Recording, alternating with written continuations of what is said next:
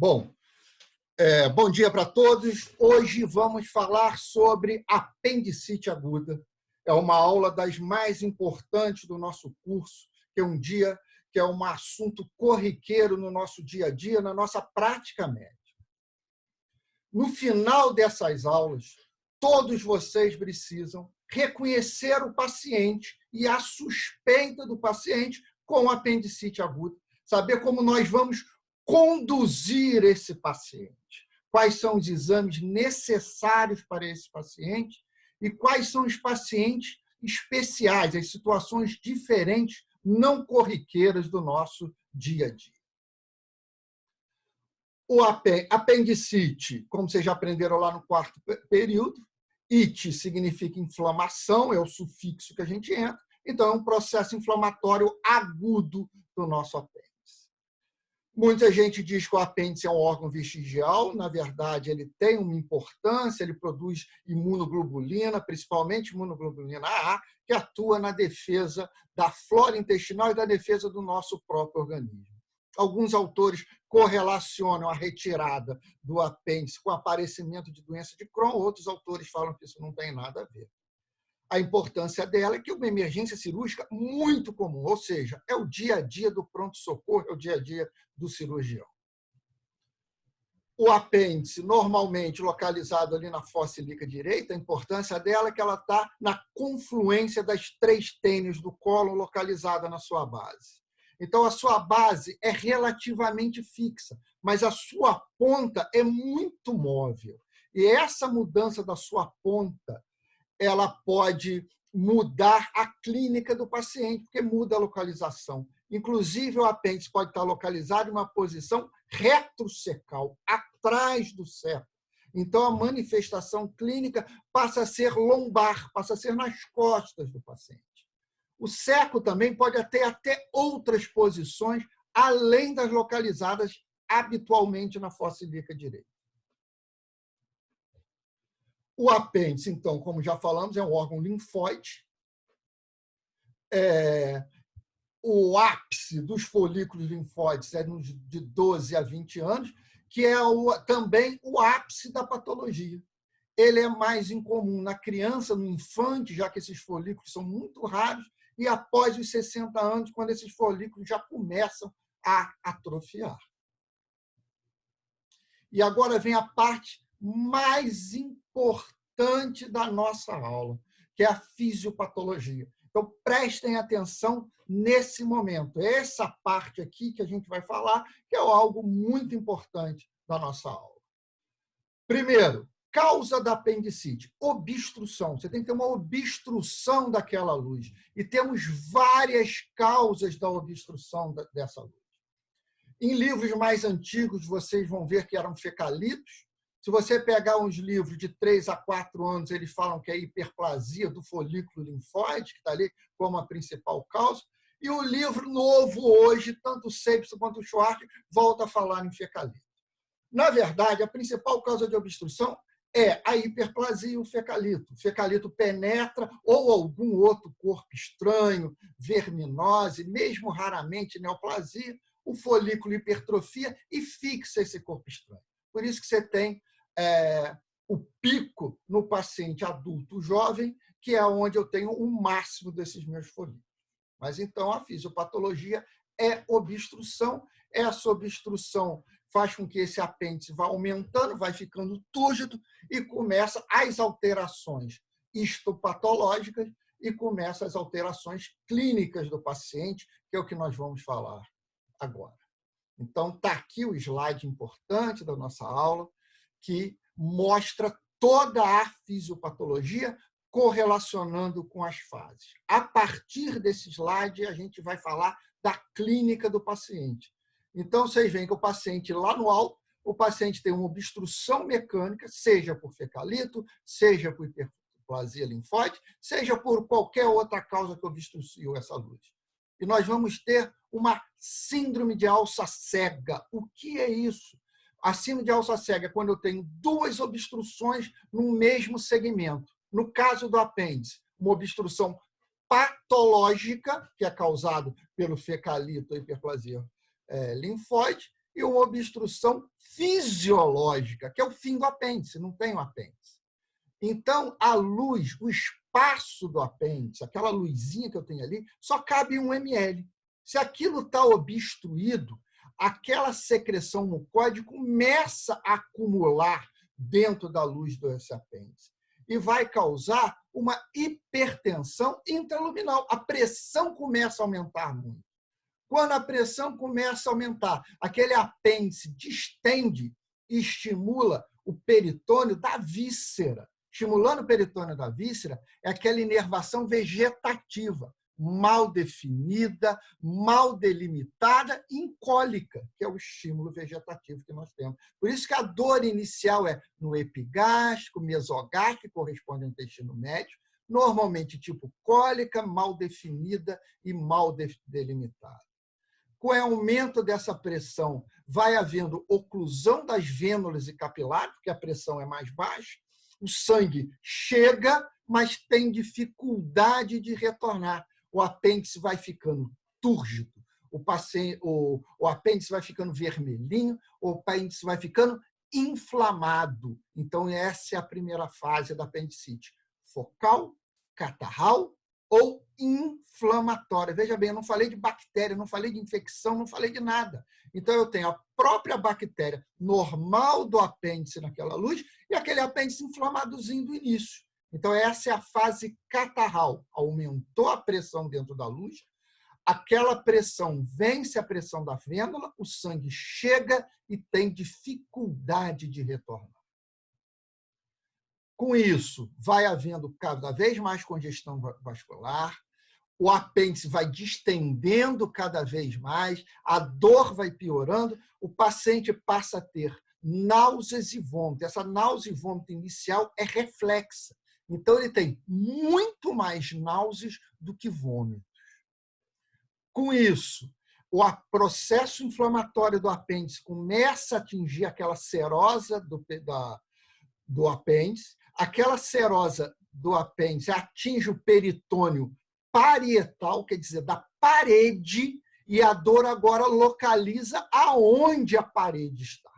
Então, por isso que a dor começa vegetativa, epigastro, mesogástrico, mal definida, mal delimitada, e depois ela localiza na fossa ilíaca direita. Então, ela localiza quando o processo inflamatório atinge todas as paredes do apêndice e, em contato, estimula o peritônio da parede. Ali a dor localiza. Com isso, aquelas bactérias começam a proliferar. Quanto mais agressiva, mais rápida essa bactéria vai proliferando. E começa a formação de abscessos, tanto na parede quanto no interior do apêndice. Então, essa é a segunda fase, que é a fase supurativa. Então, prestem atenção. Supuração do apêndice não tem nada a ver com perfuração e abscesso dentro da cavidade. A fase supurativa é o pus restrito ao apêndice, dentro da luz e na parede. Com isso, a pressão aumentando cada vez mais, formando secreção purulenta naquela luz. As bactérias começam a passar livremente para a corrente sanguínea, porque aquela mucosa sofrida perde a função de barreira. Então, aquela invasão bacteriana na corrente sanguínea estimula o meu sistema imune e o paciente começa a fazer febre. Então, a febre, lógico que pode aparecer em qualquer fase, mas a febre é uma grande característica da fase supurativa, da presença de pus dentro do apêndice. Então, é uma coisa que chama atenção para a gente. Com o passar do tempo, aquela secreção purulenta ali dentro, o muco produzindo cada vez mais líquido, ele não escoando para o seco, a pressão começa a aumentar tanto que agora vence o fluxo arteriolar e o apêndice começa a fazer necrose. Então, nós temos nossa terceira fase, que é a fase necrótica, tá? Da apendicite, aonde eu já tenho isquemia e necrose da parede. Há uma evolução natural, já que eu tenho uma necrose, aumento da pressão, e ela vai perfurar. Então, eu tenho a quarta fase da apendicite, que é a fase perfurativa, podendo haver secreção purulenta em volta do apêndice, que é uma peritonite localizada, ou mesmo essa infecção da cavidade abdominal, aquela secreção purulenta, que já é uma complicação na cavidade, a peritonite secundária. O paciente pode ter peritonite difusa nesse caso. Então, algumas coisas a gente tem que começar a deixar claros. Então, vamos relembrar. Fase catarral, está lá no nosso desenhozinho, o apêndice túrgido, vermelho, sem infecção dentro dele. Ou seja, o sangue chegou e dificuldade de retornar. As manifestações clínicas são vagas, só pela distensão do apêndice.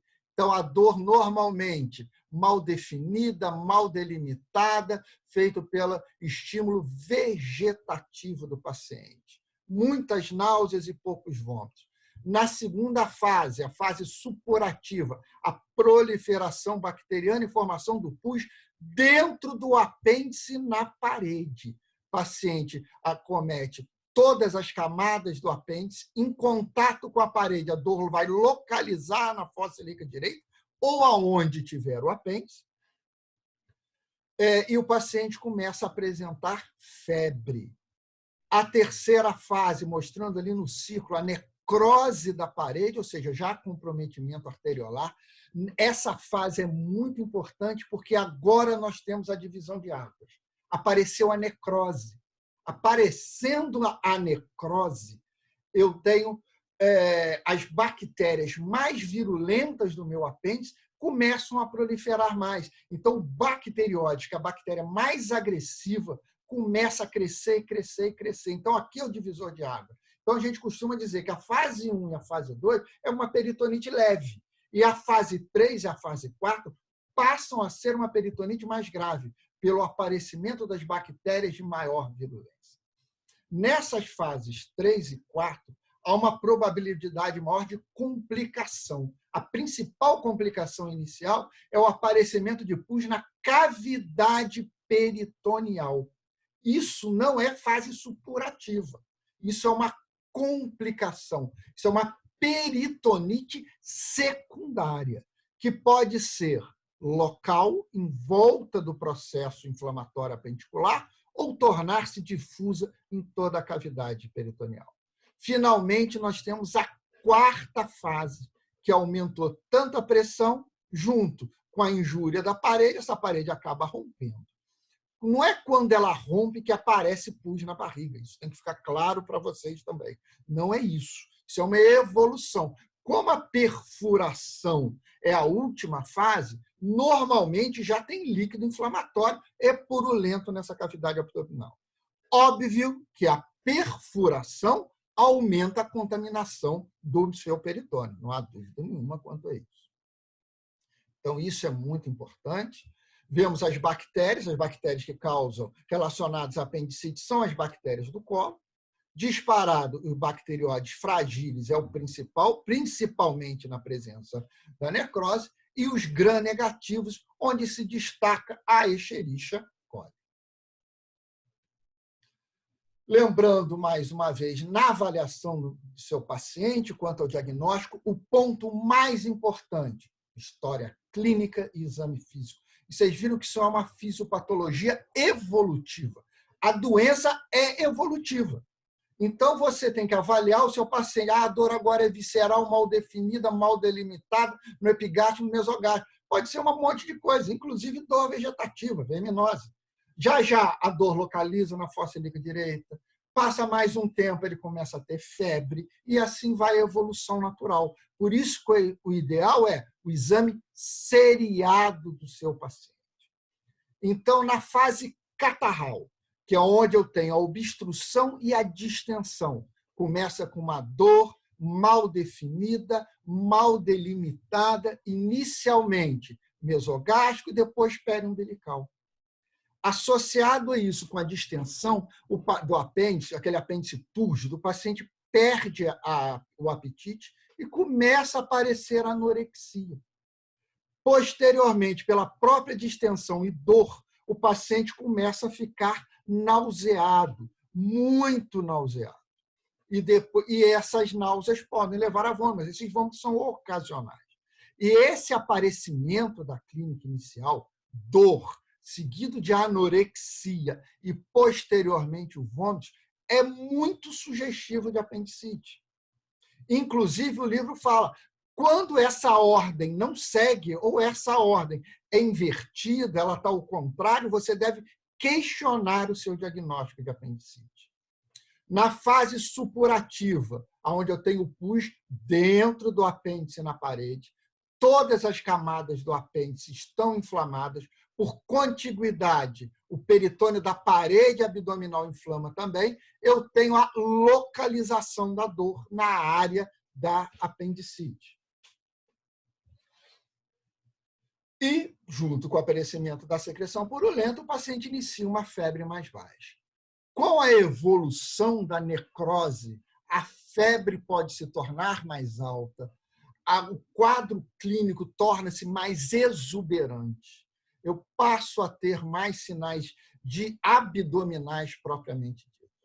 Lembrando que isso tudo vai variar com a localização do apêndice. Então, essa dor atípica, essa evolução atípica, ocorre em cerca da metade dos pacientes. Por isso que o diagnóstico de apendicite, às vezes, é difícil. Ao exame físico, depende muito da fase, como nós vimos. Na fase inicial, o abdômen fica flácido, um pouquinho doloroso. Uma das coisas que tem que chamar a atenção é a hiperestesia no local, você fazer uma percussão ou mesmo passar a mão levemente na área do abdômen, da fossa ilíaca direita, onde tiver o apêndice, o paciente tem hipersensibilidade, tem dor. O clássico é o sinal de Bloomberg, onde você comprime o local do apêndice, normalmente a fossa ilíaca direita, lá naquele pontinho de McBurney que vocês já aprenderam. Quando você solta, o paciente sente uma dor maior ainda. Isso não é simples de você avaliar, isso vocês vão ganhando com o tempo e o internato vai ajudar muito vocês nisso. Temos um sinal clássico, que é o sinal de Rovsing, chamando também hiperestesia de rebote. O que é isso? O apêndice fica lá embaixo do seco. Então, você comprime a fossa ilíaca esquerda no sigmoide e vai com as duas mãos jogando ar pelo cólon, ou seja, correndo todo o trajeto do cólon, jogando esse ar para o seco. Então, você aperta do lado esquerdo e o paciente sente dor do lado direito.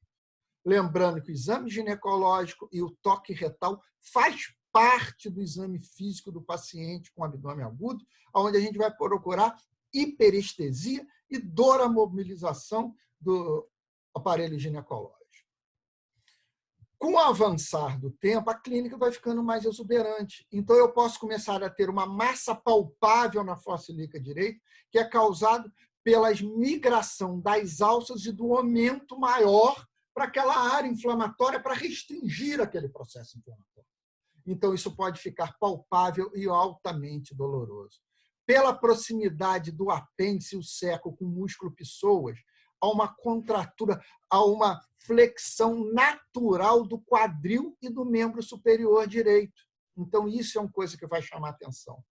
Uma das coisas que tem que chamar bastante atenção está lá no penúltimo tópico que está escrito aí, que o paciente evita o movimento. Então, o paciente fica parado. O paciente com abdômen agudo não é aquele paciente que está no pronto-socorro andando para um lado e para o outro com muita dor. Isso raramente é abdômen agudo. O paciente com abdômen agudo ele vai ficar paradinho, quietinho, porque quando ele se mexe, a parede abdominal pressiona, encosta no processo inflamatório e ele sente dor. Então, isso é um dado importante no meu abdômen agudo. Existem várias manobras clássicas. Aqui a gente mostra 2 desenhos. O de cima, o do obturador interno, o paciente em decúbito lateral esquerdo, o apêndice normalmente vai cair ali sobre o músculo obturador. Quando ele joga a perna para trás, seja passivo ou ativo, você ajudando o paciente, ele sente dor. O sinal do psoas, você deita ele em decúbito dorsal, contrai a perna e faz uma abdução. Você abre aquele membro e ele acaba sentindo dor. O outro sinal clássico é o sinal de Lenander, que o paciente está febril. Normalmente, a temperatura retal é 0,8 graus maior que a temperatura bucal. que é a temperatura axilar, e quando você vai medir pela proximidade do processo inflamatório do reto, essa temperatura fica maior do que 1 grau. Então, o sinal de Lenander é uma dissociação da temperatura axilo-retal maior que 1 grau e o paciente com febre. É o sinal de Lenander clássico. Existem N sinais que nós não vamos falar todos eles aqui, não só específicos aqui, que vocês estão vendo, para apendicite, mas para várias formas de abdômen agudo, várias etiologias do nosso abdômen agudo, mas nenhuma delas é patognomônico. Isso que é um dado importante, esse slide é para mostrar isso para vocês. São dados sugestivos.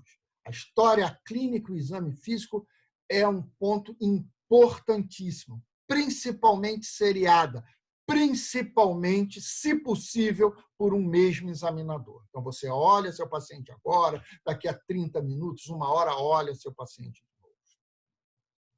Se os sinais em história clínica e exame físico já são claros da apendicite, você tem um paciente que começou com uma dor no mesogástrico, epigástrico, periumbilical, localizou na fossa ilíaca direita, tem lá um plastrão, uma massa palpável que você palpou, dói muito, você tirou a mão, doeu mais ainda, ele está febril, temperatura axilar e retal com uma diferença maior do que 1 grau, Bloomberg positivo. Então, esse paciente já está selecionado para o procedimento cirúrgico. Você não precisa de mais nada para indicar cirurgia. Não precisa de exame complementar para falar que está a favor.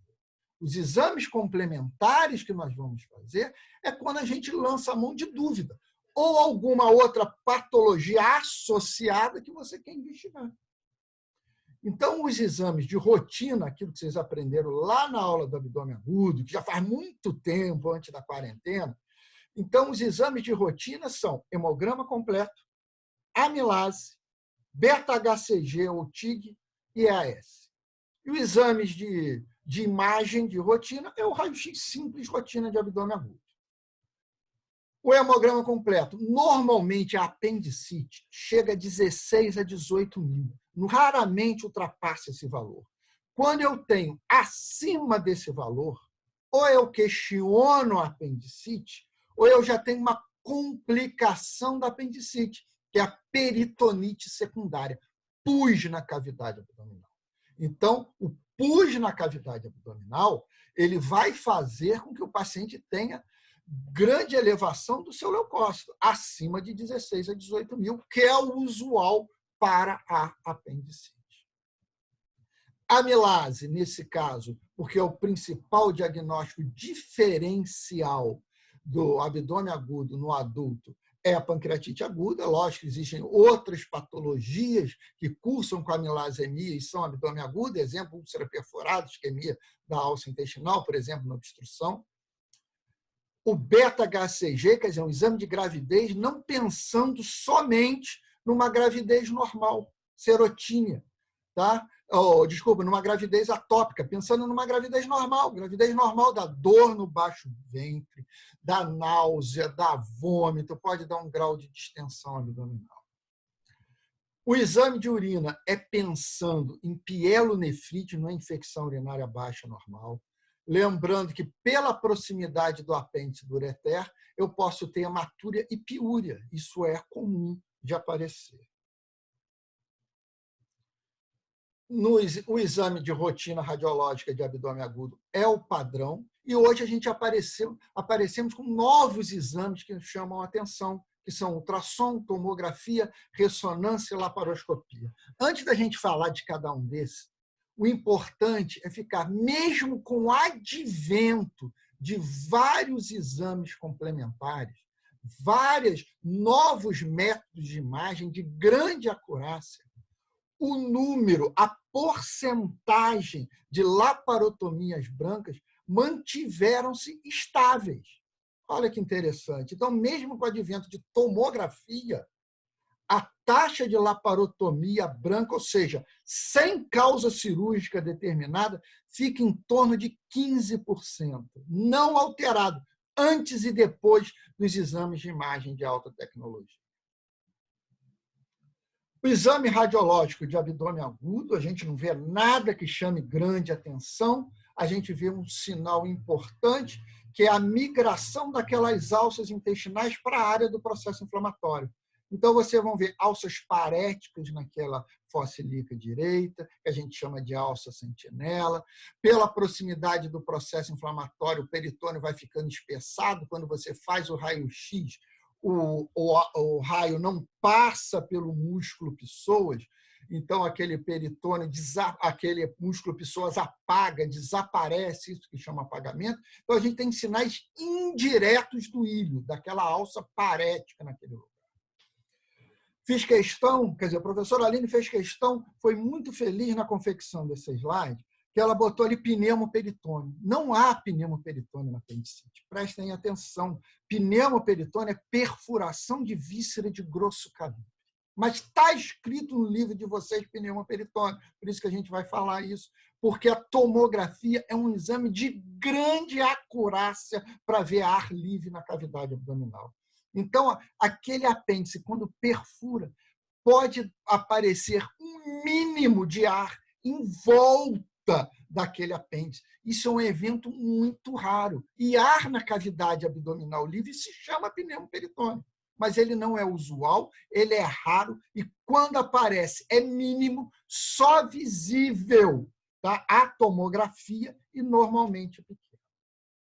Podem aparecer fecalitos ao raio-x, que chama bastante atenção, desde que o paciente tenha clínica, não é? Então, aqui a gente vê do lado esquerdo meu, do lado direito da imagem, a alça sentinela, vocês veem pela foto vermelha, ela está parada ali, as alças migraram lá na fossa ilíaca direita, me pararam ali. Aí, isso é patognomônico de apendicite? Claro que não. Tá? Pode ser gastroenterite, várias outras coisas. Do outro lado, você vê a foto de um fecalito. Então, isso é patognomônico, fecalito que obstruiu o apêndice. Também não posso falar isso. Isso pode ser um flebolito. Isso pode ser, esse fecalito pode estar fora do apêndice. Então, isso tudo depende da clínica, mas lógico que é um achado bastante sugestivo de apendicite aguda. Ultrassom. Agora começamos com os outros exames. A gente sabe, ultrassom é excelente na intérface líquido sólido. Ele tem muita limitação com o apêndice. Eventualmente, o apêndice com mais de 6 milímetros de diâmetro, ele chama atenção.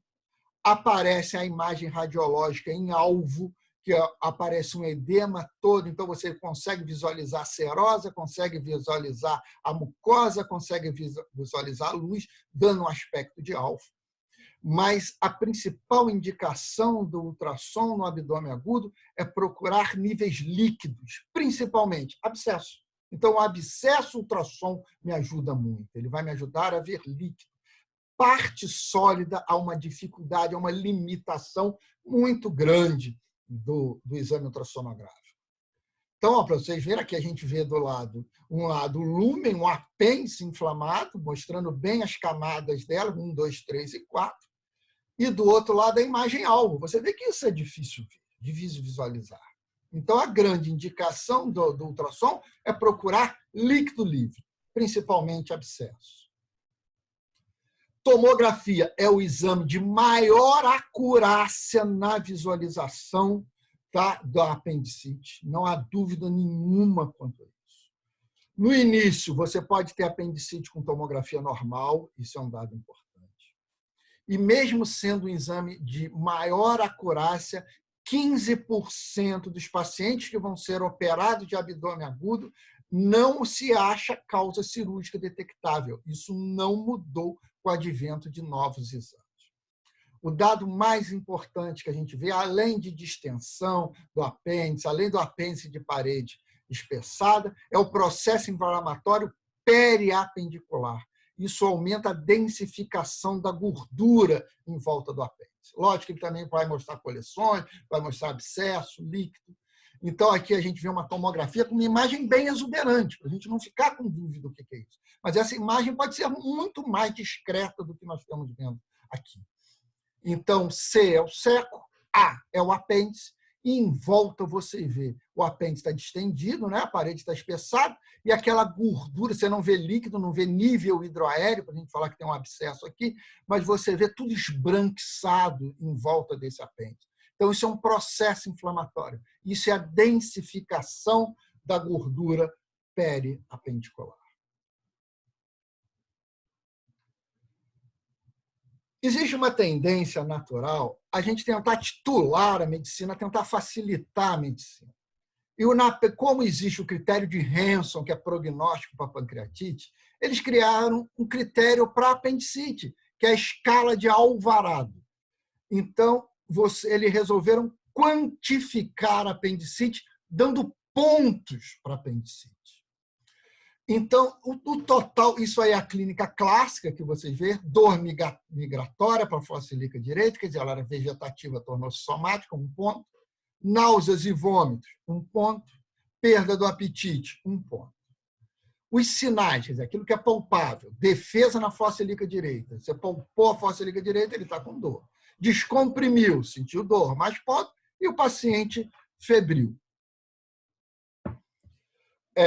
Achados laboratoriais, leucocitose, tá? E o desvio para a esquerda, que caracteriza o processo inflamatório, no caso aqui, infeccioso. Então, são isso os pontos, ele dá o ponto. Se for menor do que 3 pontos, provavelmente não é apendicite.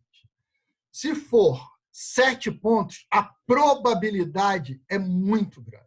E o detalhe, 4 a 6 pontos, esse que é o grande questionamento e a dúvida, ele fala que é um paciente de médio e escreve apendicectomia é recomendada. Então, vamos supor, o paciente tem diarreia, porque ele comeu alguma coisa, começou com náuseas e vômitos, não quer comer, está com anorexia, o seco distendeu, então ele está com uma descompressão ali dolorosa na fossa ilíaca direita, não chega a ser claro para essa irritação.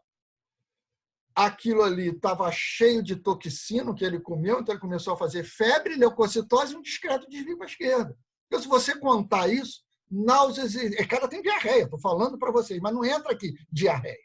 Então, náuseas e vômitos, 1 ponto.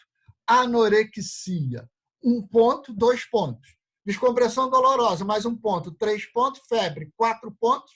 5, 6, 7 pontos. Vamos tirar, então, a descompressão. 6 pontos. Ele tem 6 pontos. Então, só que ele tem diarreia. Então, ele é médio risco. Vocês veem no final o que está escrito ali. Apendicectomia recomendada. E você vai operar um cara com diarreia.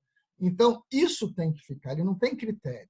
Então, é mais um dado. A escala de Alvarado, ela é válida, não há dúvida nenhuma quanto a isso, mas ela pode ser questionada.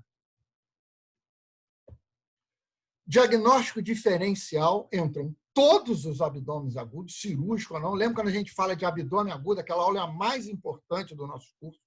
A gente tem que dividir o abdômen agudo em cirúrgico e não cirúrgico. Se ela for cirúrgico, ótimo para o cirurgião. Diagnóstico certeza do abdômen agudo cirúrgico é a própria cirurgia. Se eu falar que não é cirúrgico, eu tenho que fechar o diagnóstico.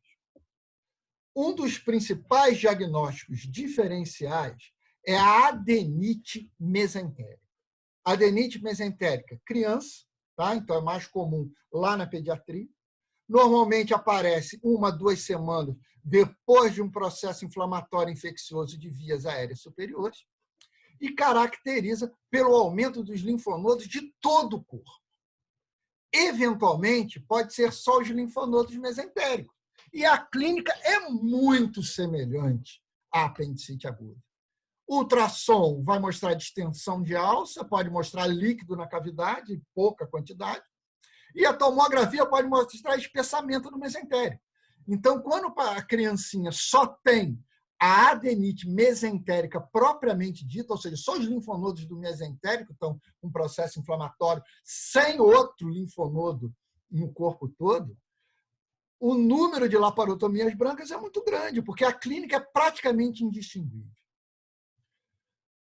Distúrbio ginecológico é o principal diagnóstico diferencial na mulher, não há dúvida nenhuma quanto a isso, tá? Em termos principalmente doença inflamatória pélvica e a gastroenterite aguda. Então, a gente está falando de patologias não cirúrgicas. Lógico que entra infecção urinária e outras patologias clássicas. Existem alguns pacientes que têm formas clínicas distintas, mudam alguma coisa. Podemos exemplificar lactentes e crianças. Primeiro, que não é muito comum, ou seja, é menos comum no lactente na criança, principalmente pelo número de linfonodos, há uma descrição que a base do apêndice tem uma forma de pirâmide invertida, então ela é mais larga, raramente ela vai obstruir, mas pode acontecer. Criança, a clínica universal. Criança começou com um processo inflamatório infeccioso, seja ele qual for, criança já não quer comer, criança tem náusea e vômito, criança fica prostrada, a clínica é mais difícil.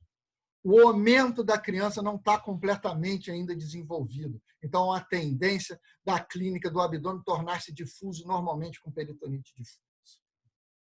As mulheres jovens, pelas doenças ginecológicas associadas, elas apresentam maior número de laparotomia branca, sendo que alguns estudos podem chegar a 40%. Então, maior cuidado na avaliação das mulheres jovens. As gestantes, o abdômen agudo cirúrgico não obstétrico, mais comum nas crianças, é a colecistopatia, a colecistite aguda e a apendicite. Com uma característica importante que o apêndice pode mudar de posição com o aumento do útero, ou seja, o útero vai empurrando aquele seco para cima. A clínica pode ser confundida, não deve-se postergar o tratamento da apendicite na gestante, o tratamento é cirúrgico, mas pode induzir a parto prematuro no terceiro trimestre, a gente precisa tomar cuidado com isso. O idoso apresenta maior mortalidade, porque, como em todas as patologias do idoso, a evolução é mais insidiosa, é mais lenta, a clínica é menos exuberante. Então, às vezes, o paciente chega no pronto-socorro com um quadro séptico, confusão mental, um abdômen distendido, já com disfunção orgânica importante. Então, há uma evolução pior. Então, os extremos de idade devem tomar-se mais cuidado. Sendo também que, normalmente, as alças intestinais ficam paréticas na área do processo inflamatório. Eventualmente, eu posso ter diarreia. E a diarreia é mais comum nos extremos de idade, no idoso e no lactente, tornando-se ainda o diagnóstico mais difícil ainda. O tratamento é cirúrgico. Então, a gente vai abrir um hiato agora na nossa aula, porque eles falam de antibiótico terapia. Há uma tendência natural de dividir a apendicite. Eles querem dividir a apendicite como na pancreatite leve, pancreatite grave. Eles querem dividir a apendicite em uma apendicite leve e uma apendicite muito grave. O diferencial é igual da pancreatite, a necrose, a perfuração. Então, alguns defendem que o paciente, na fase inicial, pode se beneficiar somente com a utilização de antibiótico, tratar com antibiótico. Isso é altamente questionável. Muitos cirurgiões, no qual eu me incluo, são contrários. Primeiro, porque eles defendem que o antibiótico tem que ser feito em torno de 2 semanas. Segundo, independente da melhora clínica ou não do paciente, ele tem que ser operado de 4 a 6 semanas depois. Então, você vai operar o paciente. Outro detalhe, se a obstrução for importante da luz, ele vai evoluir com necrose, com ou sem o apendicite. Então, você pode estar postergando um paciente que vai evoluir com um quadro grave. Mas existe essa modalidade na apendicite leve. Existe, está no livro de vocês, mas não é um consenso mundial e tenham muito cuidado disso. Ou seja, você tem que fazer o antibiótico durante 2 semanas, normalmente com o paciente internado. Normalmente, uma cirurgia de apendicite ele fica de 4, 5 dias no máximo, e esse paciente tem que ser operado de 4 a 6 semanas depois. Por isso que é altamente questionável essa conduta na apendicite. E o pior, ele pode evoluir para a forma grave com, sem ou apesar do antibiótico. Mostrando os tratamentos cirúrgicos, só para vocês matarem saudade lá do 4º período, que a gente tem as incisões pequenas, a mais utilizada hoje é a Davis. E, na dúvida diagnóstica, você mostra a incisão D, que é a incisão mediana, que pode ser infraumbilical ou mesmo chifopubiana. Então, essas são as indicações. A apendicectomia aberta clássica, só para mostrar para vocês, na incisão de Davis, você faz normalmente transmuscular, liga o apêndice, secciona a vascularização, resseca o apêndice e sepulta com uma bolsinha de tabaco. Isso é a cirurgia clássica. A videolaparoscópica, que é uma realidade, não há dúvida que a recuperação do paciente é muito melhor. Ela pode ser usada principalmente na dúvida diagnóstica. Intracavitária, ou seja, a cirurgia propriamente dita, é a mesma na cirurgia, E ele tem as vantagens da cirurgia laparoscópica, não há a menor dúvida. Como a fase é muito importante, a fase 1 e a fase 2, onde eu não tenho secreção purulenta ou o pus está restrito ao apêndice. A apendicectomia é a principal terapia, onde a gente pode usar antibiótico profilático, igual vocês já aprenderam na nossa primeira aula. Faz cefoxitina, normalmente 1 grama na indução, pode fazer 2 gramas na indução, e 1 grama a cada dobro da minha vida, que é em torno de 1h30. Então, você faz 2 gramas na indução, 1 grama a cada 3 horas de cirurgia, acabou a cirurgia, acabou o antibiótico. Se eu estendo, nunca ultrapasso 24, 48 horas. Na presença de necrose ou de outra complicação, que é o abscesso na cavidade, é mandatório a antibiótico terapia. Como eu tenho várias bactérias, eu preciso de uma associação. A associação mais utilizada, uma cefalosporina de terceira, que é a ceftrexona, que cobre para, basicamente, os gram-negativos, Escherichia, a principal bactéria, associado ao anaerobicida, o mais utilizado hoje, o metronidazol. Então, profilático, cefoxitina, antibiótico terapia, ceftriaxona e metronidazol. As complicações pós-operatórias, então, intraoperatória, nós já falamos, uma das principais, é o abscesso na cavidade, complicações pós-operatórias, disparado, infecção do tecido celular subcutâneo, ou seja, infecção da ferida operatória, é uma complicação que pode chegar a 50% em muitos trabalhos. O abscesso intracavitário, principalmente pacientes que já tinham abscesso, não há relação da utilização do antibiótico terapia, ou o tipo do antibiótico que você utilizou, no abscesso intracavitário. Para ter abscesso na cavidade, eu preciso de substrato anatômico, presença de secreção purulenta residual, fibrina, resto, tecido desvitalizado que ficou na cavidade e você não conseguiu tirar. Por isso que um dos tratamentos, além da apendicectomia, na presença de pus na cavidade, é a lavagem copiosa da cavidade. Outra complicação menos comum é a fístula fecal. O apêndice, aquele cota onde eu sepultei, ele faz uma descência, ele abre, há uma saída da secreção fecal pelo aquele orifício. Ele pode até ficar difuso na cavidade, mas não é o comum. O comum é ele exteriorizar pela cicatriz cirúrgica, formando uma fístula. Fístula é um pertuito entre 2 superfícies epiteliais. No caso, a luz do seco com a pele. É uma complicação não grave, mas é uma complicação que irrita, porque ele fica saindo aquela secreção fecal, aquilo vai parar espontaneamente, porque é mais fácil a secreção fecal seguir o trajeto normal pelo cólon do que fazer curva e sair pela pele. E ela fecha espontânea, mas pode levar de 3 a 6 meses, eventualmente, 1 ano. Entre outras complicações, vale a pena destacar a mais temida de todas, que é a pili-tromboflebite. O que é isso? É a embolização séptica pela veia porta de um processo inflamatório infeccioso do apêndice. Então, aquela secreção purulenta cai na veia porta, chega no fígado e faz múltiplos microabscessos no fígado. É uma complicação rara, porém fatal na maioria dos casos, porque por serem múltiplos e pequenos, vocês lembram que o tratamento ideal de um abscesso é drenagem, você não consegue drenar todo o fígado. Então, às vezes, ou quando isso aparece, o prognóstico é muito ruim. Então, aí falamos todos da nossa apendicite, inclusive a evolução da apendicite, que é o ponto importante, a fisiopatologia, não esqueçam jamais disso. Baseado nisso, a gente tem o nosso achado clínico e a indicação cirúrgica é sempre mantida.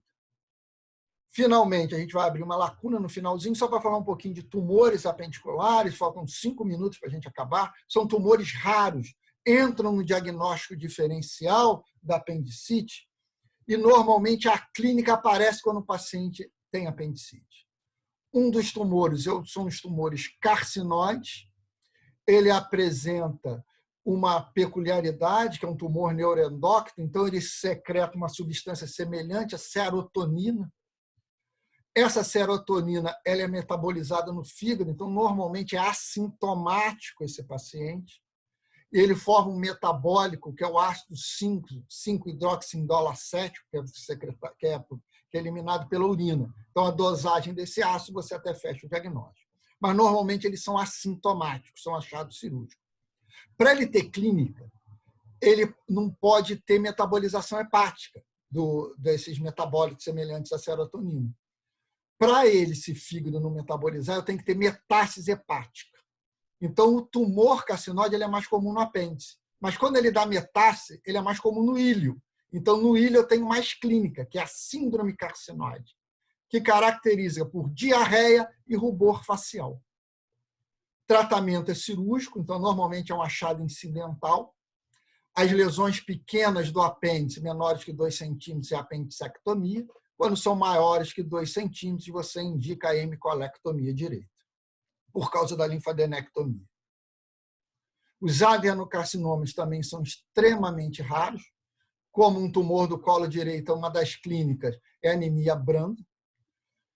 O mais comum é o mucinoso, porque ele obstrui a luz e o muco fica jogando secreção para dentro da luz do apêndice, então ele aumenta de tamanho. Tratamento normalmente é a apendicectomia simples nos tumores pequenos, e quando são maiores que 1 centímetro, o tratamento é a hemicolectomia direita. A mucocele é uma obstrução crônica da luz desse apêndice, ele aumenta de tamanho, pode ser benigno, que são os cistoadenômeros, mas pode ser maligno, que é aquele nosso adenocarcinoma que eu acabei de falar, que é o adenocarcinoma mucinoso. O tratamento é o mesmo. A grande complicação é se for um tumor maligno, um adenocarcinoma mucinoso, ele romper e fazer implantes desse tumor no peritônio. Esse peritônio vai secretando mucina, vai secretando aquele muco acumula na cavidade abdominal, ele faz tipo uma ascite de difícil tratamento. Isso se chama pseudomixoma peritoneal, ou seja, aquela mucocele que era restrito ao apêndice torna-se em toda a cavidade abdominal. É um tumor maligno, metastático, e o prognóstico é ruim. Finalmente, os linfomas são raríssimos, lembra que é um órgão linfóide. Mais comum é o não Hodgkin. A gente suspeita quando, por algum motivo, esse apêndice está aumentado de tamanho, seja num achado cirúrgico ou seja num exame de imagem usual. O tratamento quando esse linfoma é restrito ao apêndice é a apendicectomia simples, não precisa de outro tratamento. Então, terminamos a nossa aula. Só um momentinho, vamos terminar.